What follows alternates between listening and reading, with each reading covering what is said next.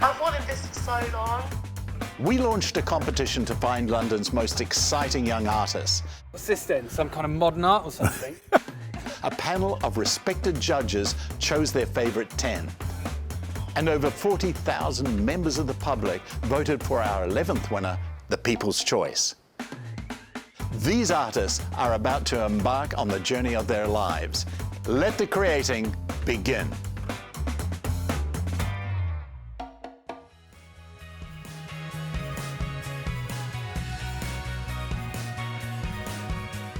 Recently, we launched a new competition for young artists living and working in London, giving them the opportunity to show off their work to the world. A panel of expert judges chose 11 very different artists working in 5 very different genres. We then matched each of our winners with a renowned artist in their field. This week, our artists meet their mentors. Together, they will develop and create an original work reflecting the spirit of London for an exhibition in central London. It's the opportunity of a lifetime.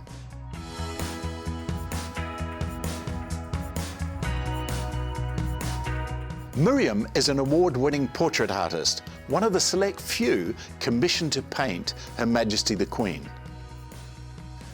She has been selected for the BP Portrait Award 5 times, winning it in 2018 with her acclaimed portrait of her mother, An Angel at My Table. So a lot of my work revolves around sort of my African ancestry and my father's childhood growing up in Ghana. It's basically just storytelling. It's talking to people about their family, of the importance that they take from their ancestry, and really exploring their identity and who they are and what influences that, and how in some ways society can alter that perception of their identity. Well, I mean, in some ways I can relate to quite a bit of what you're saying, because, you know, I was born in Spain and we moved here when I was 12. So, you know, having almost like a double perspective on things is something that you carry through life with you. It's a very interesting, it's a very, and actually it can be a real strength that you have. That double perspective, which is really interesting, because that's come up so much in this project. And so this idea of, I think it's Du Bois' idea of double consciousness, this idea of almost this split within your sense of identity, and it's that split when you're a product of 2 places, you're simultaneously neither, which is a really strange thing to sort of come to terms with. You belong in both places and you belong in neither. Absolutely. Just from looking at my work, you can probably tell that I love classical work. So this is an example of your work. Yeah, this is a portrait of my dad, actually, and yeah, it's interesting. It was almost the it was almost the as the prototype for the imagery I'm making for this current project I'm doing.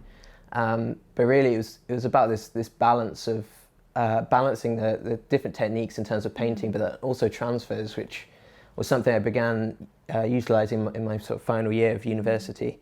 So here you can see, so in the background here, these really faint ones. These are a few musicians in his brother's band. Here is, I think, this might have been Burma Kampakora, actually.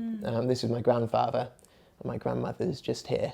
That's my Uncle Joseph, Uncle Alfred. By mistake, the way I use acetone creates very disjointed and slightly ghostly imagery. It's never clear, it's never that obvious, which is something I actually really liked.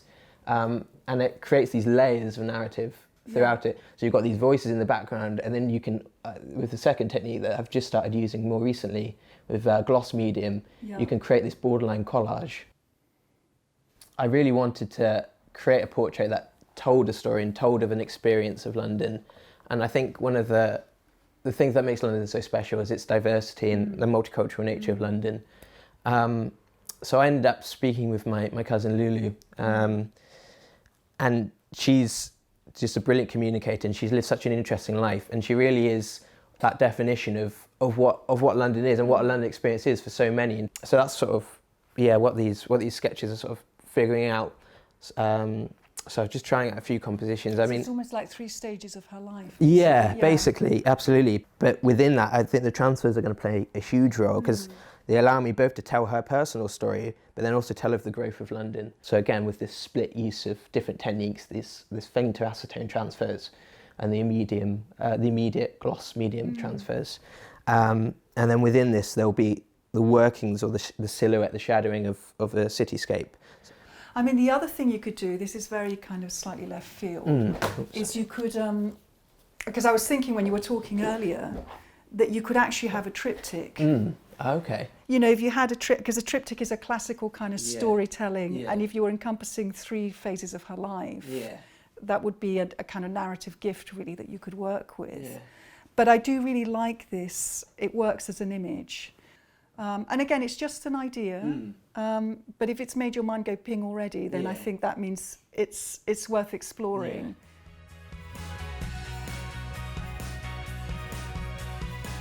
Our photography winners will be mentored by celebrity snapper Nikki Johnson. Nikki's photographs of famous faces grace the pages of newspapers and glossy magazines every week. He's a long-standing judge on Britain's Next Top Model and is known for his high standards. I've spent my life photographing people's eyes and getting that contact, and suddenly I was like, well, who is that man? What does he do? Is he a banker? Is he a murderer? Or what does that woman do?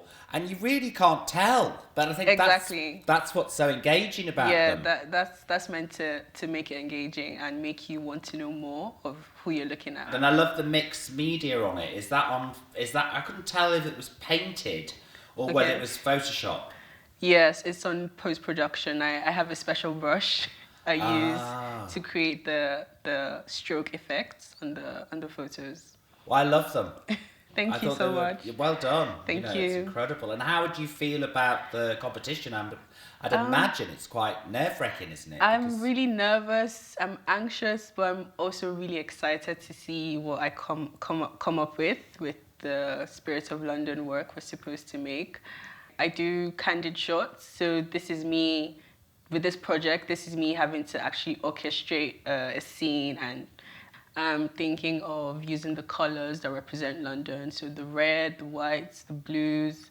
I'm also thinking of including maybe African print or Caribbean. I think Tower Bridge or Trafalgar Square, if you're going to do that type of thing. But something else that maybe is worth thinking about is different areas of London that are very London, like, for example, East London. You know, areas like Brick Lane is very iconic to London as well. Brick Lane, Camden. You could just have the bits of fabric moving in the background. Do you know what I mean? Someone could be at the side of the image just with the fabric moving. Yeah, so the shutter, so it kind of gives it like a blurry effect it's blurred with the shutter speed and have the camera on a tripod and do your portrait in the strong rose, but you've got the Tower of London behind, then you've got these bits of blue, white and red fabric moving in different bits of the background. That's a brilliant idea. I love that. That might look quite nice. I love that. My head is going. Oh, I'm excited now. for you. Me too. I want to come with you and watch you do it. Cool.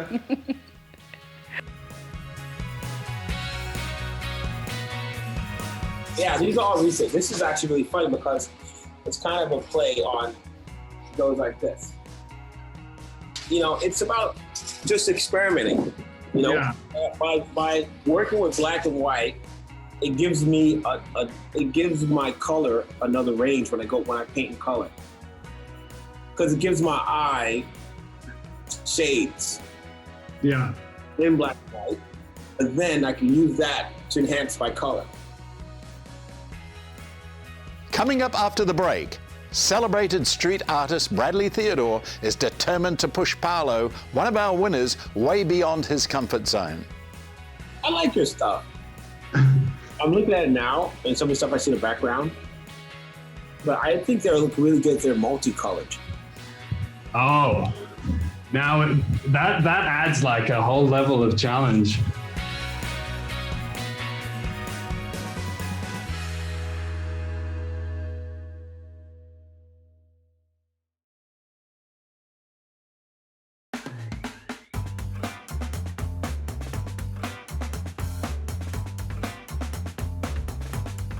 I like your stuff.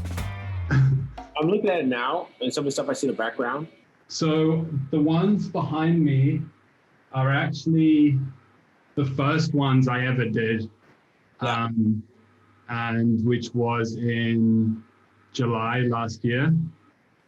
I've had a couple of viewings for the spare room, and now it's just got to the point that people are like, honestly, I don't think there's space for like one more person here, because it's just got like a lot of like stuff that I find in skips around the area, and yeah, so it's slowly filling up.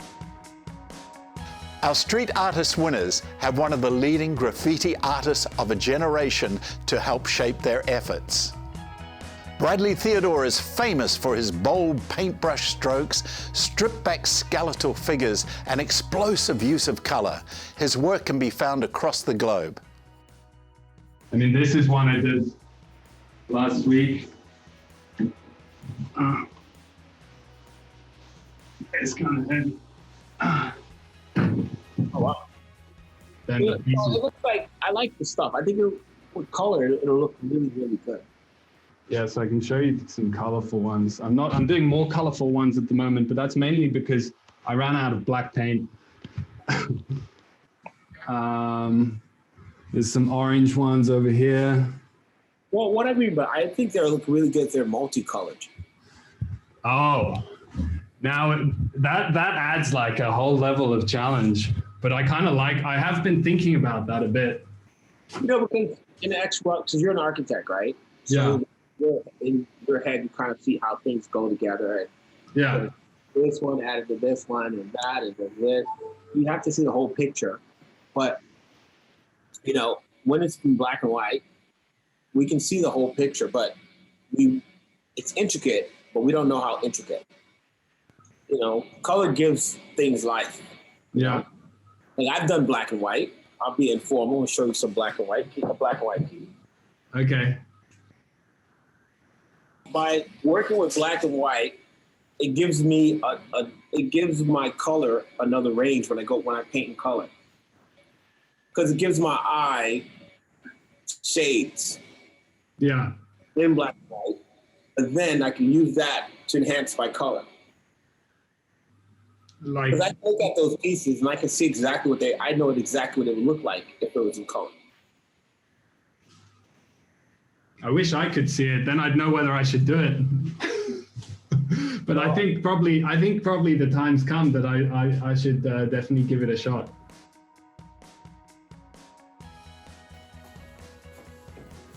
After that call with Bradley, I'm going to experiment in color. So I found this board earlier this morning out on the street. Yeah, I'm going to get some colored paint to it. Let's see what happens.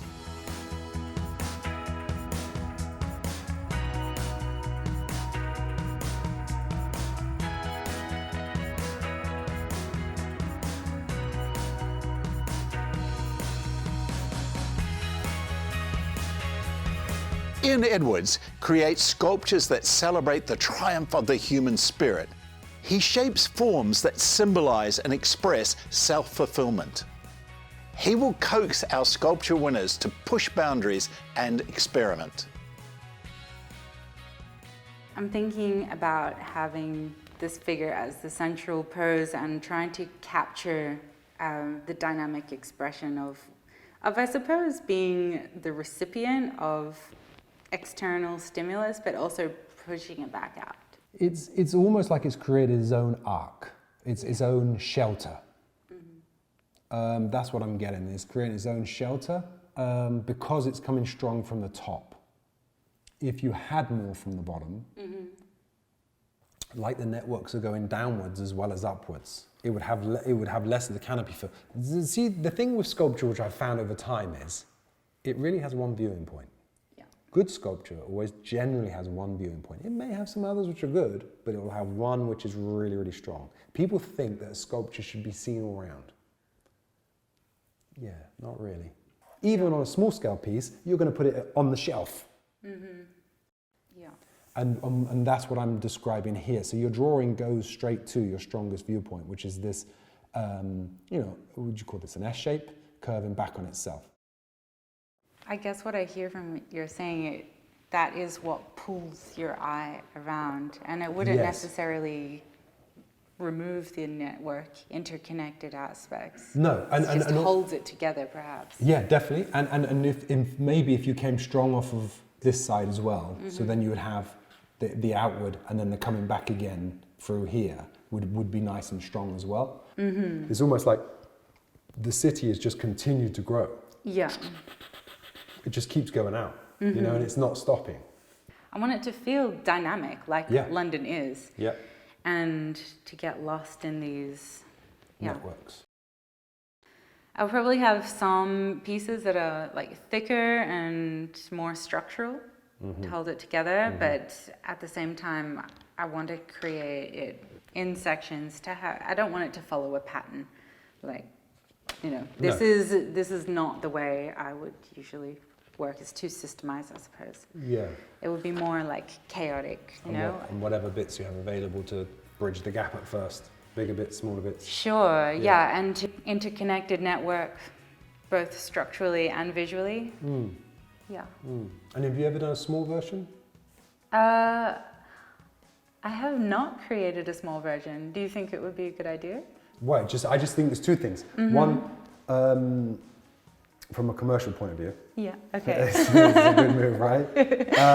Two, it's quite cool, you know, to have like a little maquette as well. I just think the pieces could lend this type of piece, if you had the right bits of wood, you know, this sort of size, just a cool little piece to have. Sure.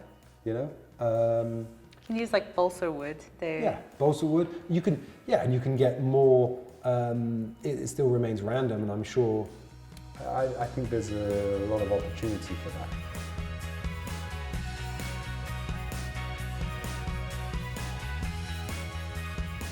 Belle McSweeney impressed the judges with her futuristic interpretation of landscape.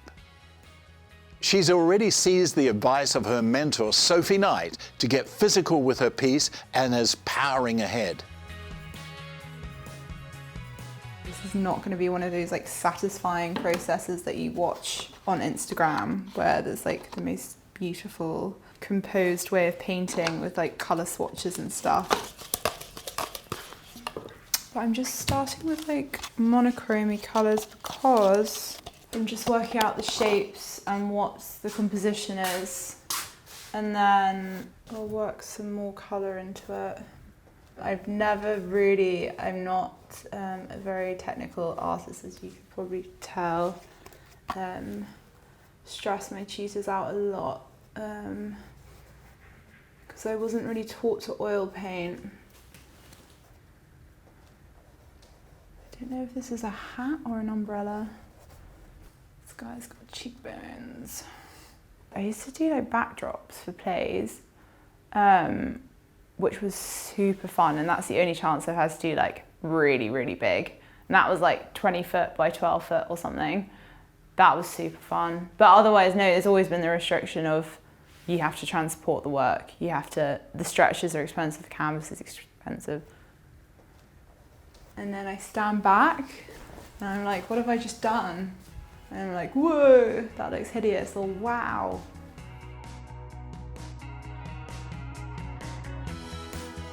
Coming up next week, our winners have their eyes firmly on the prize, creating their Spirit of London pieces for show and sale in London. So join us next time on the hunt for the next big thing.